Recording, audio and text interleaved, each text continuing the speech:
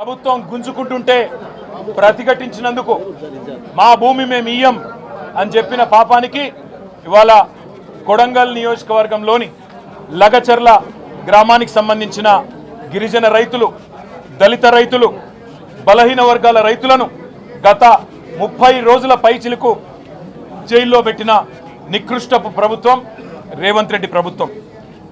ఎంత అప్రజాస్వామికంగా అంటే తమ భూములు తాము ఇవ్వము అంటే వారి మీద కేసులు పెట్టడమే కాకుండా వారిని 3rd డిగ్రీ టార్చర్ కూడా పోలీస్ కస్టడీలో గురి చేసినారు.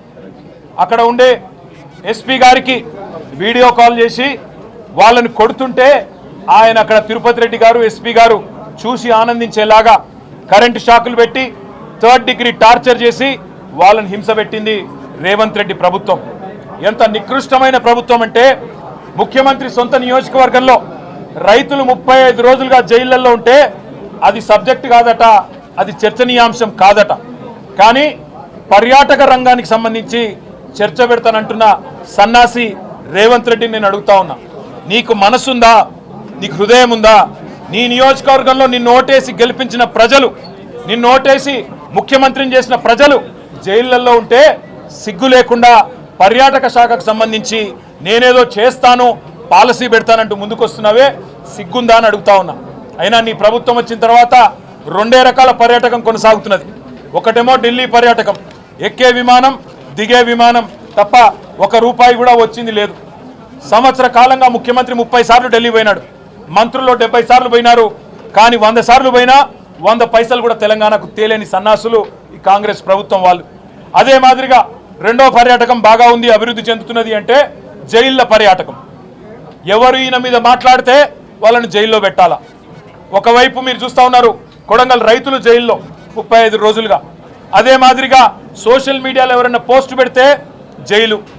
ఆఖరికి ఎల్ఎన్టీ లాంటి ప్రముఖ సంస్థ, అంతర్జాతీయ సంస్థ, దాని CFO ఒక్క మాట అంటే మీ ఫ్రీ బస్ వల్ల మా రైడర్షిప్ తగ్గింది అంటే నిన్ను కూడా జైలుకు పంపుతాననే ఒక నియంతృత్వ పోకడ ఏదైతే ముఖ్యమంత్రి రేవంత్ రెడ్డి పోతా ఉన్నాడో ఆయనకు ఒకటే చెప్తా ఉన్నాం.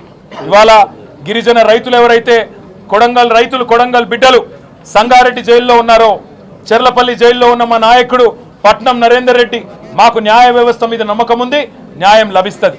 మేము శాసనసభ వేదికగా ముఖ్యమంత్రిని ఒకటే అడుగుతున్నాం, నీ అయ్య జాగీరా తెలంగాణ, నీ అయ్య జాగీరా కొడంగల్, భూమి ఇయ్యా, నా సొంత భూమి నేను ఇయ్యా అంటే జైల్లో పెట్టేందుకు ఎవరు నువ్వు? నియంతవా, రారాజువా, చక్రవర్తివా? ఏమనుకుంటున్నావు నీకు నువ్వు? ప్రజాస్వామ్యంలో అత్యున్నత వేదిక శాసనసభ. ఆ శాసనసభలో చర్చ పెట్టమంటే దమ్ము లేక పారిపోయిన దద్దమ్మ రేవంత్ రెడ్డి. అందుకే నేను అంటా ఉన్నా, నువ్వు ఏ ప్రయత్నాలు చేసినా, ఎన్ని కుయుక్తులు పన్నినా ఆ రైతుల తరపున కొట్లాడుతూనే ఉంటాం. ఈరోజు ఒక రూపంలో వచ్చినాం, రేపు ఇంకో రూపంలో వస్తాం. తప్పకుండా నేను ఎండగడతాం. మొన్న ఇక్కడికి మేము నీ అదానితో నీ దోస్తీని ఎండగడుతూ టీ-షర్ట్లు వేసుకొని వస్తే శాసనసభలో అడుగు పెట్టనీయలేదు. ఇవాళ లగచర్లలో జరిగిన దాని మీద చర్చ పెడదాం రండి. ఈ అర్ధరాత్రి అరాచకాలు ఏంది? ఎందుకు ఆ గిరిజన ఆడబిడ్డలను దౌర్జన్యం చేసి భయపెట్టే ప్రయత్నం చేస్తున్నావు? మగవాళ్ళను జైలుకు పంపినావు, ఆడబిడ్డలనేమో ఇంటింటికి పోయి హింసిస్తున్నావు, బెదిరిస్తున్నావు అని అడిగితే సమాధానం చెప్పే సత్తాలేని సన్నాసి ప్రభుత్వం ఇవాళ అసెంబ్లీని వాయిదా వేసుకొని పారిపోయే ప్రయత్నం చేసింది. మేము మీ ద్వారా, గౌరవ మీడియా మిత్రుల ద్వారా కూడా రాష్ట్ర ప్రజానికానికి, ముఖ్యంగా కొడంగల్ ప్రజలకి మేము ఒకటే చెప్పదలుచుకున్నాం, మీ తరపున మేమున్నాం, మీ తరపున కేసీఆర్ గారు ఉన్నారు. ఎన్ని రకాల శోభ పెట్టే ప్రయత్నం రేవంత్ రెడ్డి ప్రభుత్వం చేసినా తప్పకుండా మీకు అండగా నిలబడతాం. ఇవాళ కేవలం జైళ్లలో పెట్టడమే కాదు, అరాచకం చేస్తూ ఉన్నారు. ఈ రోజు కూడా లగచర్లలో ఫార్మా విలేజ్ అనే ప్రతిపాదనను వెనుకకు తీసుకున్నట్టుగా తీసుకొని మరొక వైపు పారిశ్రామిక కారిడార్ పేరిట భూములు గుంజుకునే ప్రయత్నం చేస్తూ ఉన్నారు. అక్కడ ఉండే కుటుంబ సభ్యులను, రైతుల కుటుంబ సభ్యులను బెదిరించే ప్రయత్నం చేస్తూ ఉన్నారు. ఇంకా కొంతమంది ఎవరైతే పరారీలో ఉన్నారో వారిని ఇంకా కూడా వేధిస్తూ ఉన్నారు, వారి కుటుంబ సభ్యులను బెదిరిస్తూ ఉన్నారు. ఈ రాష్ట్రంలో జరుగుతున్నది ఒక ప్రజాస్వామ్య ప్రభుత్వమా లేక ఒక నియంత ప్రభుత్వమా, ఒక అరాచక ప్రభుత్వమా అనేది మేము అడుగుతా ఉన్నాం. శాసనసభ వేదికగా తప్పకుండా ఈ ప్రభుత్వాన్ని నిలదీస్తాం. నిజాలు బయటికి వచ్చేంత వరకు ఈ లగచర్ల ఎందుకు జరిగింది, అసలు అనుముల తిరుపతి రెడ్డి కనుసన్నల్లో అక్కడ పోలీసులు ఎందుకు నడుస్తున్నారు, అనుముల తిరుపతి రెడ్డి కనుసన్నల్లో అక్కడ అధికారులు ఎందుకు పనిచేస్తున్నారు, ఒక రాజ్యాంగేతర శక్తిగా రేవంత్ రెడ్డి అన్న అనుముల తిరుపతి రెడ్డి అక్కడ ఎట్లా ఊరేగుతున్నాడు 200 మంది పోలీసులను పెట్టుకునే విషయాన్ని రాష్ట్ర ప్రజల దృష్టికి తప్పకుండా తీసుకొస్తాం. కొడంగల్ రైతన్నలకు, కొడంగల్ గిరిజన బిడ్డలకు మేము ఒకటే విజ్ఞప్తి చేస్తా ఉన్నాం, న్యాయస్థానం మీద తప్పకుండా మనందరికీ విశ్వాసం ఉంది, న్యాయం లభిస్తుంది. ఇప్పటికే మీరు 35 రోజులు శిక్ష అనుభవించినారు, మీకు తప్పకుండా న్యాయం లభిస్తుంది, మీరు భయపడవద్దు. కేవలం కొడంగల్ ఒకటే కాదు, ఇవాళ మా జహీరాబాద్ ఎమ్మెల్యే మాణిక్రావు గారు చెప్తా ఉన్నారు, అక్కడ న్యాల్కల్లో కూడా గొడవ జరుగుతూ ఉంది, అక్కడ కూడా రైతులు మేము భూములు ఇవ్వమంటున్నారు, కానీ అక్కడ కూడా బలవంతంగా గుంజుకునే ప్రయత్నం జరుగుతూ ఉంది. అసలు ఈ పరిస్థితి ఎందుకు వచ్చింది ప్రభుత్వం ఆలోచన చేసుకోవాలా. 14,000 ఎకరాలు గత ప్రభుత్వం సేకరించి పెడితే దాన్ని రద్దు చేసి తిరిగి రైతులకు ఇస్తామని చెప్పింది మీరు. ఫార్మాసిటీ వద్దని చెప్పింది మీరు. ఫార్మాసిటీ రద్దు చేస్తున్నాం, రైతులకు భూములు ఇస్తాం అని అన్నాడు కందుకూరులో, యాచారంలో తిరిగి చెప్పింది మీరు. ఇవాళ ఇటు హైకోర్టును మోసం చేస్తున్నారు, అటు రైతులను మోసం చేస్తున్నారు, జైళ్లలో పెట్టి వారి కుటుంబ సభ్యులను బెదిరించే అప్రజాస్వామిక పనులు చేస్తూ ఉన్నారు.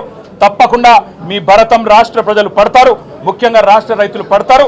అప్పటిదాకా తప్పకుండా మీ తరఫున బీఆర్ఎస్ పార్టీ పోరాడుతూనే ఉంటుంది. వీళ్లకు రైతులకు జరిగిన అన్యాయాన్ని సరిదిద్దేదాకా, పెట్టిన అక్రమ కేసులు ఉపసంహరించుకునేదాకా, రైతులకు బేషరతుగా ముఖ్యమంత్రికి క్షమాపణ చెప్పి వదిలేదాకా, జైలు నుంచి విడుదలయ్యేదాకా వారి తరఫున మా పోరాటం కొనసాగుతూనే ఉంటుంది. తప్పకుండా శాసనసభ జరిగినంత కాలం ఈ అంశం మీద రాష్ట్ర ప్రభుత్వాన్ని ఒత్తిడి తెచ్చైనా సరే తప్పకుండా సమాధానం రాబెడతాం. ఇవాళ పారిపోవచ్చు ఒక్కరోజు, రేపటి నుంచి ఎక్కడ పోతారో కూడా చూస్తాం. ఇవాళ మీరు నిజంగా ఒక మాట ఆలోచించండి, ఇంత ముఖ్యమైన సమస్య 40 రోజులుగా రైతులు వారు జైళ్లలో ఉంటే, అందులో ఉన్న 3కి ఆరోగ్య సమస్య వచ్చి, హీర్యానాయక్ అనే రైతు గుండెపోటు వచ్చి కంప్లైంట్ చేస్తే ఆయనను హాస్పిటల్కు పోలీస్ బండ్లు తీసుకురావడమే కాకుండా ఎంత అమానవీయంగా, ఎంత క్రూరంగా, ఎంత దుర్మార్గంగా ఈరోజు బేడీలు వేసి ట్రీట్మెంట్ చేస్తున్నారో ఇక్కడ చూడవచ్చని చెప్పి నేను విజ్ఞప్తి చేస్తా ఉన్నా. ఇంతకంటే అరాచకం, ఇంతకంటే దుర్మార్గం, ఇంతకంటే చిల్లర ప్రభుత్వం ఈ భారతదేశంలో ఎన్నడన్నా చూసినామా? దయచేసి ఆలోచన చేయండి. గుండె నొప్పి వచ్చింది, ఛాతీ నొప్పి వచ్చింది అనే రైతుకి బేడీలేసి ట్రీట్మెంట్ చేసే ఒక దిక్కుమాలిన నికృష్టపు ప్రభుత్వాన్ని తప్పకుండా ఎండగడతాం. శాసనసభలోనే వారిని తప్పకుండా నిలదీస్తామనే మాట మళ్ళొక్కసారి మీ అందరి ద్వారా తెలియజేస్తూ, ఆ రైతులకు న్యాయం జరిగేదాకా వదిలిపెట్టాం, ఈ ప్రభుత్వాన్ని నిలదీస్తూనే ఉంటాం. జై తెలంగాణ.